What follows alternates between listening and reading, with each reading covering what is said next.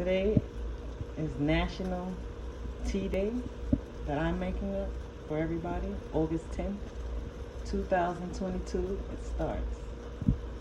Everybody get your herb teas, put it in your pot, and start boiling it. Right now, in here, I have some fenugreek, black seeds, oregano, sorrel.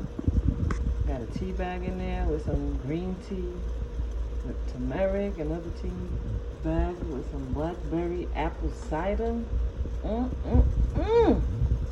This is gonna be good. Good for your hair, nails, and skin, and health overall. Your blood, everything. Give you a good antioxidants. Yeah. Okay. Drink your tea. Happy Tea Day. This is my mom. Peace.